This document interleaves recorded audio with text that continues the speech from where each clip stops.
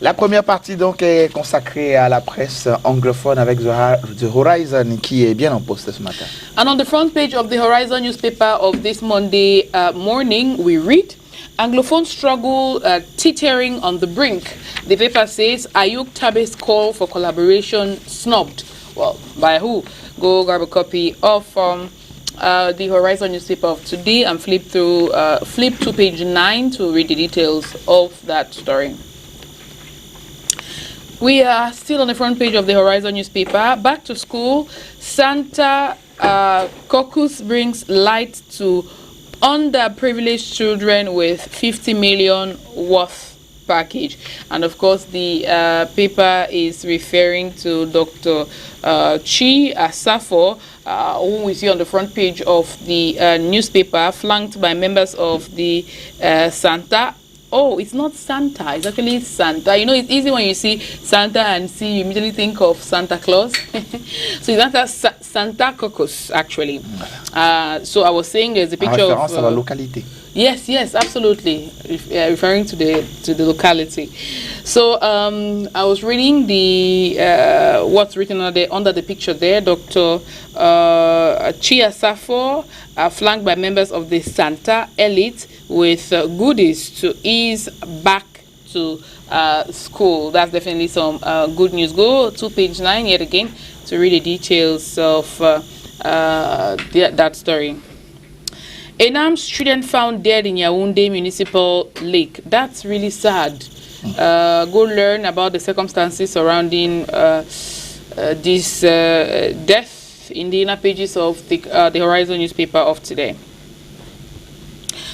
Paul Tassong Lebialem Elite celebrate e-waste 3D printer inventor.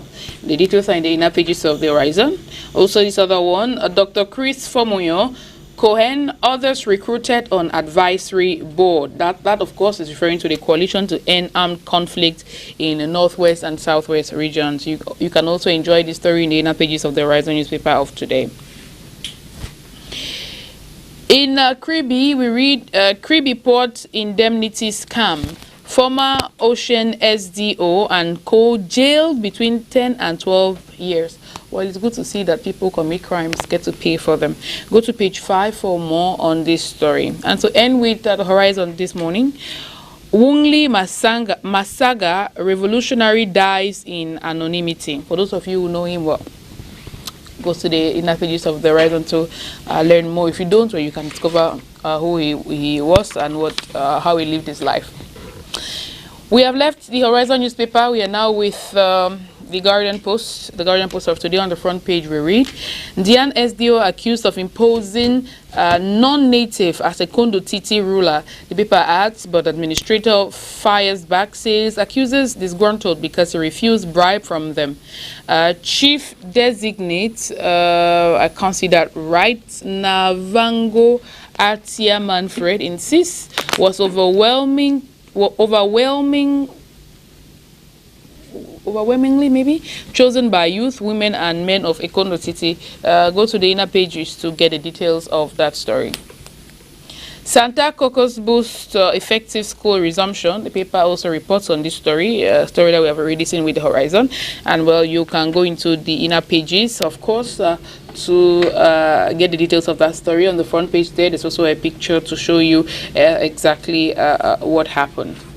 And in Lebialem, we read that, of course, in the southwest region, military frees 11 hostages from Amba captivity. Go into the inner pages of the Guardian Post for more on that story. Away from the Guardian Post, we are now with the Post newspaper of today. On the front page of the Post newspaper, we read, takeoff of taxes on phone fails over absence of interconnection. Is that so? Okay, well, that's what the Post is telling its readers this morning. Go to page 2 of the newspaper to gather more. Minister Nalova wants agriculture instituted in schools curriculum. Bravo, I agree totally. Go to page 7 for more on that story. After losing 156 billion in 15 years, Payade to save 100 billion after acquiring nautical vessels. Of course, talking about the Port Authority of Douala. And on the front page there, this picture with the caption: Prime Minister Chief Dr. Joseph Diongute inaugurating Payade's newly acquired nautical vessels, while Payade General Manager Cyrus Ngo and other staff cheer on. Go to page 12 for more on that story. Manauda Malashi finally buckles under Ngongo sovereignty. Well, the paper says dismantles specialized COVID-19 treatment centers. Cameroon scouting for billions to repair damaged stadia. Go to page 9 for more. As regional elections approach, Elekam chair prescribes vigilance, rigorous work. More on page 3 of the Post newspaper of today. Away from the Post, we are now turning our attention to Eden newspaper. On the front page of Eden newspaper, we read, after inaugural board meeting, NASLA boss speaks. The paper in this exclusive says, NASLA is your school, a vector of development, cherish it. Meritocracy would be our hallmark. We are in a fight against poverty and youth unemployment. Training calendar to be rolled out in January. Council should make provision for staff training. Accessibility of training materials in terms of the language is vital. It's actually a long one. I do believe an interview that you can read on page 5, 6, 7, 8, and 11 of Eden newspaper of today. We are still in on the front page, pardon me, of Eden newspaper, and we read the story. University of Boya admits over 7,500 undergraduates. Well, they've already been admitted? Wow. Go to page 3 for the rest on that story. Government fights back as UN human rights indicts. Go to page 2 for more. And this other story on the front page of Eden newspaper. Cameroon asylum seekers accuse US of forced deportation. Like I said, you'll be able to read the rest on page 11. And to end with Eden, UB Bulu Land Palava, PM Dion Gute orders respect of Supreme Court ruling. We are now going to leave Eden newspaper, and we turn our attention to the Star newspaper of this morning. On the front page of the Star, 2 weeks into 2020-2021 academic year, it's great enthusiasm. The paper, of course, is talking about back to school, and we read, Minister Nalova launches tree planting exercise. Most IDPs are noted to have returned. Over 35,000 enrolled for 2020-2021 academic year in FACO. The details are in the inner pages of the Star newspaper. On the front page there, Cameroon's Minister of Secondary Education, Nalova Liunga, briefing the press on her mission to Southwest and Littoral regions.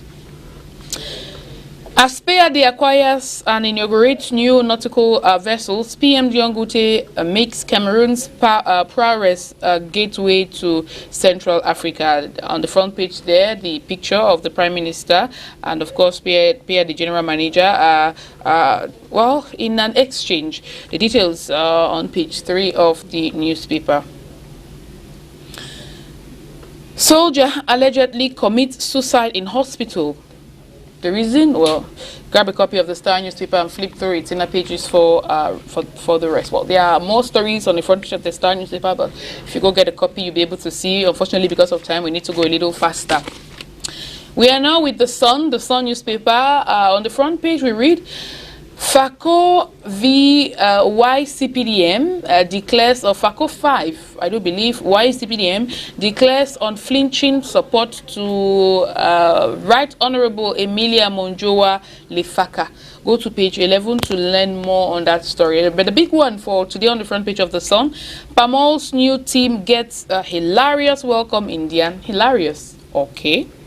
And the paper explains that General Manager Solomon Tapeyambile and Deputy Donatus Asu Mange appointed and installed October 7, were given a hilarious welcome in Lobe and Dian estates by workers and the population. They have been tasked by Agriculture Minister Gabriel Bairobe to, among other things, create direct and indirect employment, promote access to agricultural machinery for farmers, acquire new factory for Lobe Estate, rehabilitate oil mills, and others. Go to page 4 for more.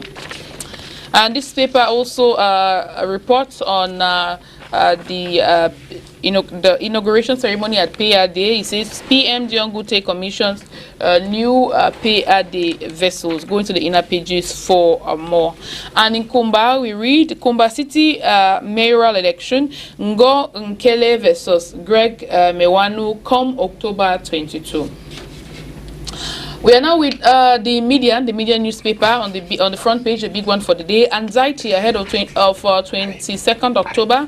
Can CPDM impose a city mayor in Kumba? Go to page 5 for more.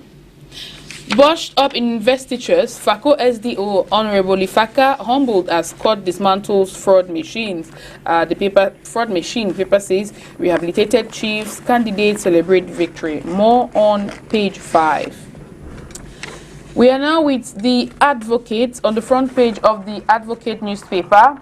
University of Boyalan Wahala, VC stands firm. The paper says any non-UB property on the land shall be destroyed. Prime Minister Diongute insists Supreme Court verdict is final. Page 2 carries more on that story. Minister Nalova Liyonga launches tree planting campaign in Limbe. Go to page 6 for more. And we are now ending with Cameroon Tribune of today, this story in the English language. Adamawa region, Serac donates to population. The paper says diverse gifts offered by the founding president of the Circle of Friends of Cameroon, Mrs. Chantal Biya, were distributed on Saturday, October 17, 2020 to the beneficiaries in Vina Division by the special representative of the First Lady, Kulsumi Alhaj Bukar. Go to pages 16 and 17 for more. Well, before we leave Cameroon Tribune, this other story, Le BLM military frees 11 hostages. The paper announced, tells its readers, elements of the Rapid Intervention Battalion, the B, on the 16th of October 2020, freed civilians, including a priest put under horrible conditions by armed separatist fighters. Go to page 14 for more. And well, that's how we put a wrap on this first part of the Press Review and Good Morning Cameroon today. Now time for us to turn our attention to what the papers are saying in the French language. And Chris, we'll be beginning with Cameroon Tribune. Cameroun Tribune qui consacre sa une ce matin aux investissements publics. Le journal de Marie-Claire Dana nous dit que plus de 230 000 emplois en 2020. Le chiffre représente les prévisions qui ressortent d'une étude présentée par le ministère de l'Emploi et de la Formation professionnelle et le Bureau international du travail pour cette année marquée par la crise du Covid-19. Revue des secteurs à fort potentiel à la page 8 du journal ce matin, vol domestique. Camerco reprend du service après l'aboutissement des procédures administratives liées à la relance de ses activités. La compagnie aérienne nationale a recommencé hier à desservir les lignes intérieures. La page 9 a plus de détails. Boissons gazeuses. La bataille des limonades. Depuis quelques jours, 3 sociétés brassécoles opérant au Cameroun s'affrontent par publicité interposée pour gagner la présence ou alors la préférence des consommateurs sur un soda aromatisé au Le Mans. Cameroun Tribune analyse donc toutes ces stratégies à la page 2 et à la page 13 de son édition en kiosque ce jour. Le jour, un seul titre à sa une, un visage et une date. Wogli Massaga, 1936-2020. Vous comprenez très bien que le journal nous amènera dans le parcours et la vie et de celui qui était considéré comme le Che Guevara africain. Et voilà donc la une du jour que vous avez à l'écran. À l'instant, on va dire, va en paix, combattant. Mutation est en kiosque ce matin. Le journal ne manque pas de rendre un hommage à Wogli Massaga, à sa page 8, tel qu'il a vécu. Allez donc lire les détails. Et la une du journal est consacrée à la mi-temps à l'école, angoisse à plein temps. reprise angoisse après l'intendant évaluation du nouveau système d'enseignement 2 semaines après la rentrée scolaire à la page 4 et 5 du journal. Reprise d'activité dans les airs avec Camerco. Le journal Le Messager, un autre quotidien aujourd'hui, lui aussi rend hommage au commandant Kissamba, comme il se faisait appeler. Et le journal nous dit qu'il a donc rangé les armes à la page 12 de son édition. Ce jour, nous sommes avec Le Messager. Et donc, ça une est consacrée à l'ENAM, enquête sur la crise à l'école des chefs, dévastés par des scandales les plus incongrus depuis environ 15 ans déjà. L'École nationale d'administration et de la magistrature traverse une autre période trouble depuis quelques semaines, comme nous dit Le Messager en kiosque, s'il vous plaît. Et puis, le journal revient sur les taxes sur les téléphones. Cabral Libi, prêt pour les marches, comme nous dit Le Messager ce matin. Et puis Ayouk Tabé en pied de une du journal Le Messager. Les négociations seront difficiles. Ce sont les propos du leader de la République virtuelle d'Ambazonie qui appelle à l'unité autour de la question anglophone. Comme vous pouvez le voir donc en ce moment en pied de une du journal, et bien découvrir la une de Le Messager qui est en kiosque ce jour. Merci messieurs. La nouvelle expression donc est en kiosque ce matin dans son édition de ce lundi 19 octobre, le numéro 5326. Le journal consacre sa une à la lutte pour les indépendances, la chute du dernier dirigeant de l'UPC, le commandant Kissamba, chef de la branche armée de l'UPC, qui a tout donné pour l'indépendance du Cameroun, est donc décédé, emportant avec lui les grands secrets de la lutte de la libération du Cameroun et même de nombre de pays d'Afrique. Retour sur la vie d'un libérateur piégé par Yaoundé alors qu'il avait choisi le MRC de Kamto pour les ultimes amours de sa vie, comme nous le dit la nouvelle expression ce matin, avec plus de détails à la page 2, 3 et 4 dans son édition de ce jour en petite fenêtre. Le cardinal Christian Toumi, les conseils du patriarche. La nouvelle expression a donc collecté quelques extraits du patriarche de l'Église catholique du Cameroun qui vient de fêter ses 90 ans. Et dans la localité de Baouan, obsèques sous haute sécurité, un impressionnant déploiement des éléments de force de l'ordre a été observé lors de la cérémonie funèbre de la sœur d'Albert Nzonga.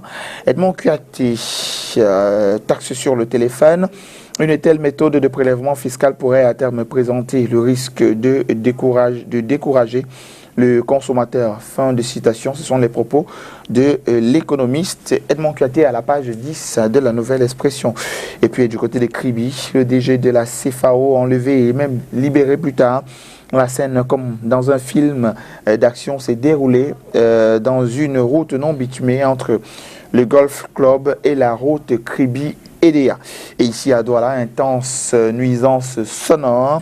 C'est du moins un constat fait depuis quelques jours dans certains quartiers de la ville que le journal a visité. Et notre quotidien est en kiosque ce matin, c'est Émergence, qui consacre sa une de ce jour au doctorat professionnel. Fameux Ndongo sous la menace de poursuites judiciaires. Dans leur nouvel assaut contre le ministre d'État, les candidats de ce doctorat controversé l'accusent de les avoir délestés de 500 millions. Et puis le mis en cause, quant à lui, botte en touche. La page 5 a plus de détails. Et dans les colonnes du journal aujourd'hui, le journal s'intéresse donc à la mort de Wougli Massaga, le combattant. Et puis en petite fenêtre, liberté de la presse et droits humains, 3 ans pour réduire le déficit d'expropriation. Gestion du spectre hertzien, des journalistes formés à la régulation des fréquences radio électriques. La page 10 du journal a plus de détails. De l'économie, dans cette revue de presse ce matin avec l'Economy Report, le journal s'intéresse à sa une sur la taxe sur les téléphones et même les tablettes. Le gouvernement peut-il reculer? Une interrogation. Le journal nous dit, entre autres, que des voix s'élèvent pour le changement du mécanisme de collecte. Enquête donc sur les différentes pistes de sortie de crise. À lire également l'analyse de Paul Ella, expert financier, dans les colonnes de l'économie report ce matin. Entreprise au port de Douala continue SAMU. Pourquoi? Allez lire le journal PAFIF subsaharienne. L'OIT prédit un avenir sombre pour l'emploi. On s'intéresse au tri-hebdomadaire L'œil du Sahel maintenant. La rentrée 2020-2021 intéresse le tri-hebdomadaire régional d'information du Nord Cameroun. Et le journal nous dit que 65 000 étudiants attendus dans les universités du Grand Nord. Plus de détails à la page 5. Courant électrique, les délestages sont de retour dans les régions septentrionales. Et puis marginalisation du Grand Nord, François Ouassouni interpelle Paul Biya. Pourquoi précisément? La page 8, 9 et 10 de L'œil du Sahel a plus de détails dans la localité de Oudal. 3 personnes ont été tuées par Boko Haram.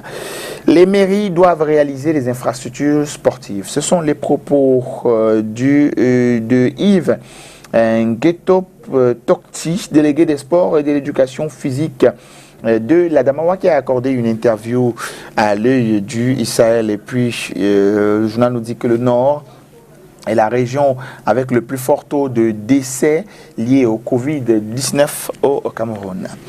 Intégration est en kiosque ce matin. Anticolonialisme et lutte d'indépendance, à sa page 3.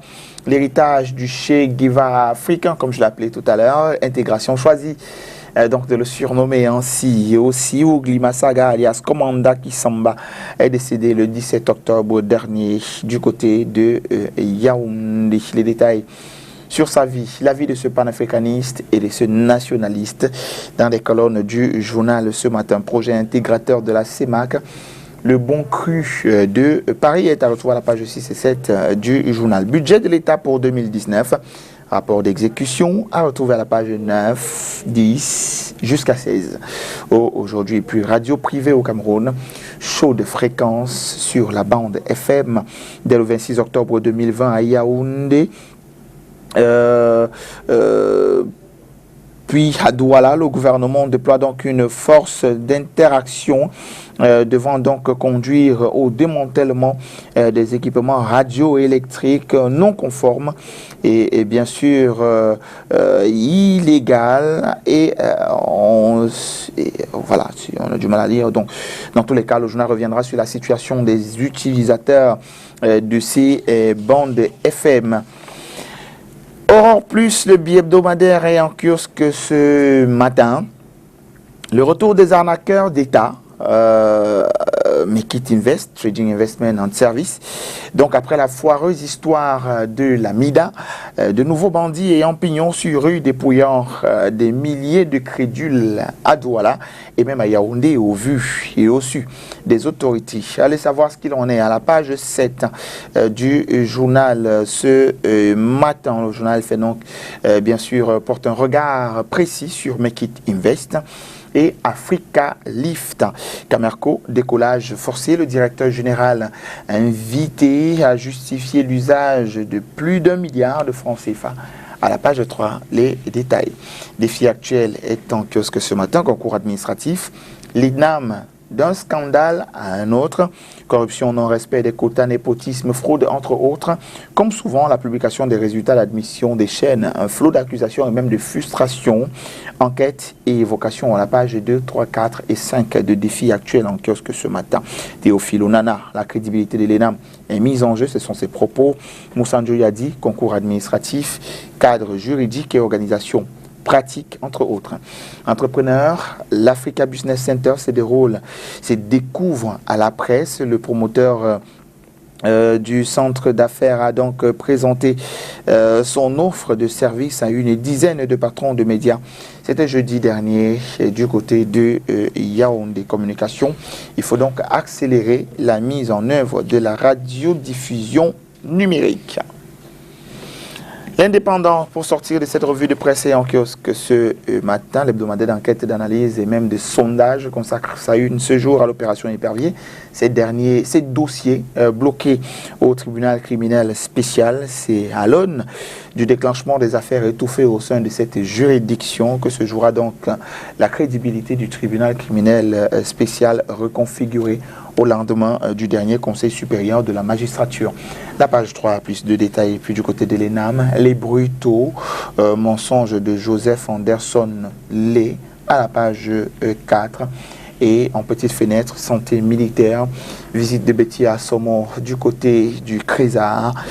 La crise dite anglophone aussi intéresse l'Indépendant à la page 9. L'armée neutralise les séparatistes, comme nous dit l'Indépendant aujourd'hui. Le journal qui s'intéresse aussi aux droits de l'homme. René Sadi recadre les experts des Nations Unies. Bonne journée des René d'ailleurs, qui sont célébrés aujourd'hui. Bonjour à monsieur René Sadi. Time for us to go get some music and we'll be right back. Makama. Oba for yoga. Uti yule. Mbolo. Martin chubla. Soko biwo. Mbaba. Mena kuna wabuki maholio. Jana. Agazane hamyofu. Abala. Gaga chiangu. Bolon. Sare jampi ko jam. Madala. Laisse-moi se battre. Monsieur Sonora là. Ma fille ande lan. Et bien du coup. Ga finir on la top.